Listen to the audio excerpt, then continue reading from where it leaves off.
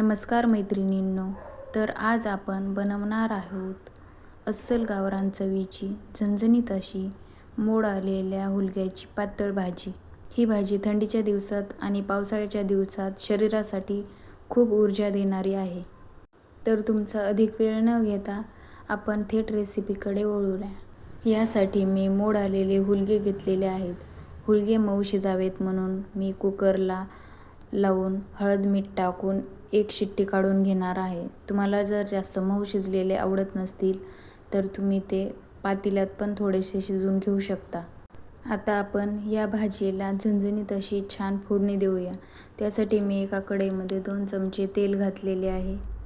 तेल छान गरम झाले की एक छोटा चमचा जिरे घातलेले आहे. जिरे छान फुलल्यानंतर त्यामध्ये आपल्याला मोहरी घालायची आहे, अर्धा चमचा. मोहरी पण छान तडतडली की आपण बारीक कट केलेला लसूण टाकलेला आहे. लसूण थोडा ब्राऊन झाल्यानंतर एक मीडियम साईजचा कांदा बारीक कट करून मी घेतलेला आहे.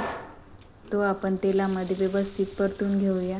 कांदा तेलामध्ये थोडासा गुलाबी रंगावर परतून घेतल्यानंतर आपण यामध्ये घालणार आहोत ताजा कढीपत्ता. कढीपत्ता तेलात घातल्यानंतर कांदा आणि कढीपत्ता व्यवस्थित परतून घ्यायचा आहे.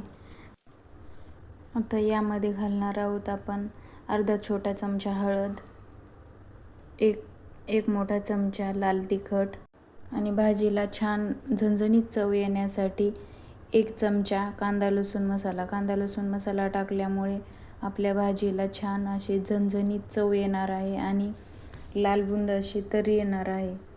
तर वरून थोडी बारीक चिरलेली कोथिंबीर मी फोडणीत घालून घेत आहे. हे सर्व मसाले 1-2-3 मिनिटे छान तेलात फ्राय करून घ्यायचे आहेत. त्यानंतर आपण शिजून घेतलेले हुलगे त्यामध्ये घालणार आहोत. तुम्हाला भाजी कितपत घट्ट पातळ हवी आहे त्यानुसार तुम्ही त्यात गरम पाणी ॲड करू शकता. आता मी यामध्ये चवीपुरते मीठ घातलेले आहे. आता या भाजीला छान घट्टसरपणा येण्यासाठी आणि चव दुपटीने वाढण्यासाठी आपण एक खास वाटण घालणार आहोत. त्यामध्ये मी एका मिक्सरच्या भांड्यामध्ये भरपूर लसूण घेतलेला आहे, कोथिंबीर, जिरे आणि भाजलेले शेंगदाणे याचा छान असा बारीक कूट करून घेतलेला आहे. आणि भाजीला उकळी आल्यानंतर हे कूट घातल्यामुळे ही भाजी अगदी पारंपरिक पद्धतीची झणझणीत आणि चवदार बनणार आहे.